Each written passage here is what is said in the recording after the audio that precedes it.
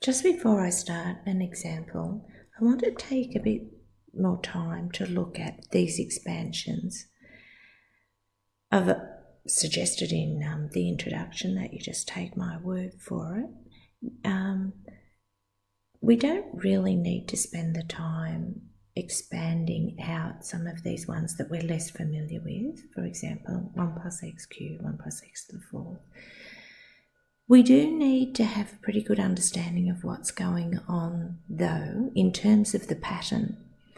So you can see with all of these binomials that we use to introduce binomial theorem, the first term in the binomial is a 1. Now, that's not going to cover all possible options of binomials, and so we will look at a general binomial in the next exercise. But for now, see if we can just develop a really good understanding of what's going on with 1 plus x being expanded. So I think I'll start here with 1 plus x being all cubed. Now we know that we know that there's going to be 4 terms. The coefficients are going to be 1, 3, 3 and 1. But now let's have a look at the x term, and you can see here with the very first term there is no x. So we're fairly familiar with it possibly being x to the naught. We then see there's a plus sign, there's a 3, I'm going to leave a little space, and then there's x to the 1. Then there's a plus sign, there's another 3, but we know where that came from.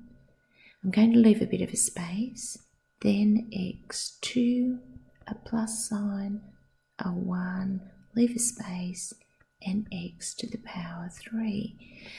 So we can see that the powers of the x are increasing from 0 in the very first term to x to the power 1, x to the power 2, x to the power 3.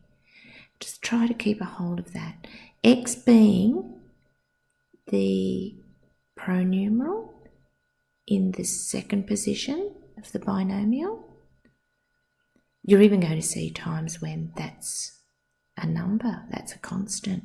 It still behaves in this way, even if the term occupying the second spot of the binomial is a constant. It still appears in the first term as that item to the 0 power. Second term will be that item to the first power, second power, third power. So you might be wondering what's happened to the 1s. Well, it's not really that obvious, because it doesn't matter what power we raise 1 to, it'll always be 1. But actually, what does happen is the 1 is now going to be raised to the third power. We're multiplying here 3 times 1 to the second power. Here 3 is being multiplied by the 1 to the power 1, and here 1 is being multiplied by 1 to the 0 power. So the 1, although it's not obviously appearing, because we can see that 1 raised to any power is 1, and if we have a 1 as a coefficient, we don't usually write it.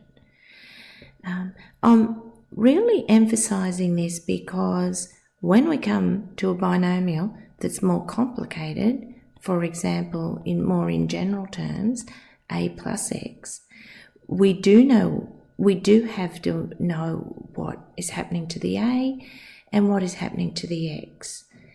So while here in our introduction, we're trying to keep it simple, I think it's a mistake to think that this term, the first term in our binomial, is not actually featuring in the expansion, because it is.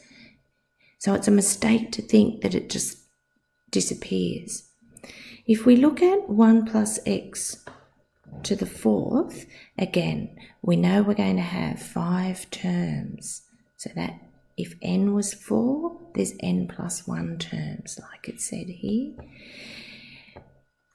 It becomes obvious the pattern's going to stay the same for the development of the second item in the binomial, which is x.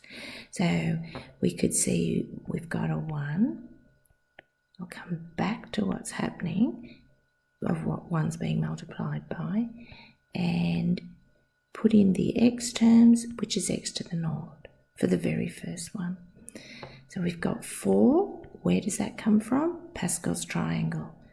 I'll leave the next one, and it's x to the 1 plus 6, again from Pascal's triangle being multiplied by, and you can see it's x2, plus 4 from Pascal's triangle being multiplied by, we're building the x's, plus 1 times something, x to the 4th. We know we don't go any further because the highest power of your term in your polynomial reflects the n, the number to which the binomial was being raised. What are these blanks? They're actually what was happening to this term in the binomial. So this is really 1 to the 4th power, 1 cubed, 1 squared, 1 to the 1, and 1 to the 0 power. The same thing happens here now. You're getting your 1, 5, 10, 10, 5 and 1 from Pascal's triangle. The 1 starts off being 1 to the power 5, 1 to the power 4, 1 to the power 3, 1 to the power 2, 1 to the power 1, 1 to the power 0. And all of those are just 1. X, on the other hand, started x to the 0, x to the 1, x squared, x cubed, x to the 4th, x to the 5th. So that is a bit more of an explanation as to where this came from, and it should help with when we go into, like I said, the more general form, where the terms of our binomial are not simply a 1,